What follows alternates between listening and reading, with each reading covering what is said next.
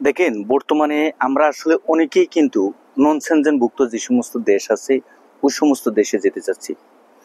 আর এই সমস্ত দেশে যাওয়ার পরে আমাদের একটা চেষ্টা থাকে যে কোনো পর্যায়ে কোনো উপায়ে আমরা এই নন সেনজেন দেশ থেকে সেনজেনভুক্ত দেশে প্রবেশ করব।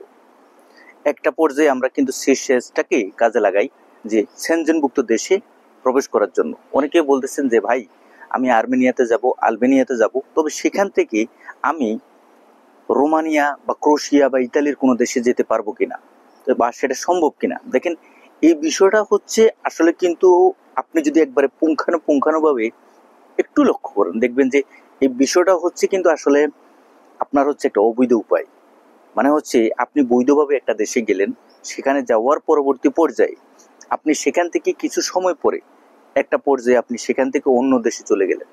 তো সেটা কি হলো আপনার জন্য, মানে অন্য দেশে চলে যাওয়ার ক্ষেত্রে যে বিষয়টা, সেটা তো আর আপনি হয়তো বা লিগেল ভাবে গেলেন, যদি বৈধভাবে যান সেটা হচ্ছে আলাদা বিষয়। কিন্তু আপনি যদি বৈধ থেকে অবৈধ পথে, মানে আপনি বাই রোডে বা আপনি গেম মারা যেটা বলে, এক দেশের বর্ডার ক্রস করে অন্য দেশে যাওয়া, সেটা আসলে চারটিখানি কথা না। ভিডিওর মধ্যে আপনাদেরকে যেটা আমি বলতে চাচ্ছি ভাই, যেখানেই যাবেন বৈধভাবে যাওয়ার চেষ্টা করবেন।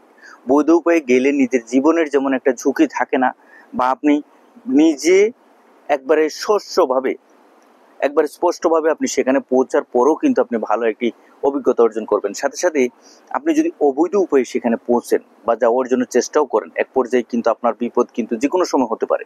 সুতরাং আমরা কখনোই এই বিষয় নিয়ে চেষ্টা করব না যে অবৈধভাবে যে কোনো জায়গায় যাওয়ার জন্য। আপনি অবশ্যই আর্মেনিয়া থেকে বা আলবেনিয়া থেকে আপনি রোমানিয়ার উদ্দেশ্যে যেতে পারবেন, তবে আপনাকে বৈধ উপায়ে যেতে হবে। আর যদি মনে করেন যে না, আপনার ভালো কোনো মাধ্যম আছে বা আপনি কারো মাধ্যমে সঠিকভাবে সেখানে পৌঁছতে পারেন, তাহলে কিন্তু এই আর্মেনিয়া বা আলবেনিয়া থেকে আপনি সুন্দরভাবে বা সঠিকভাবে আপনি আপনার বৈধতা বা আপনি যদি কোনো বিশ্বস্ত মাধ্যম থাকে সেইভাবে আপনি কাজে লাগিয়ে রোমানিয়াতে পৌঁছতে পারবেন। ধন্যবাদ।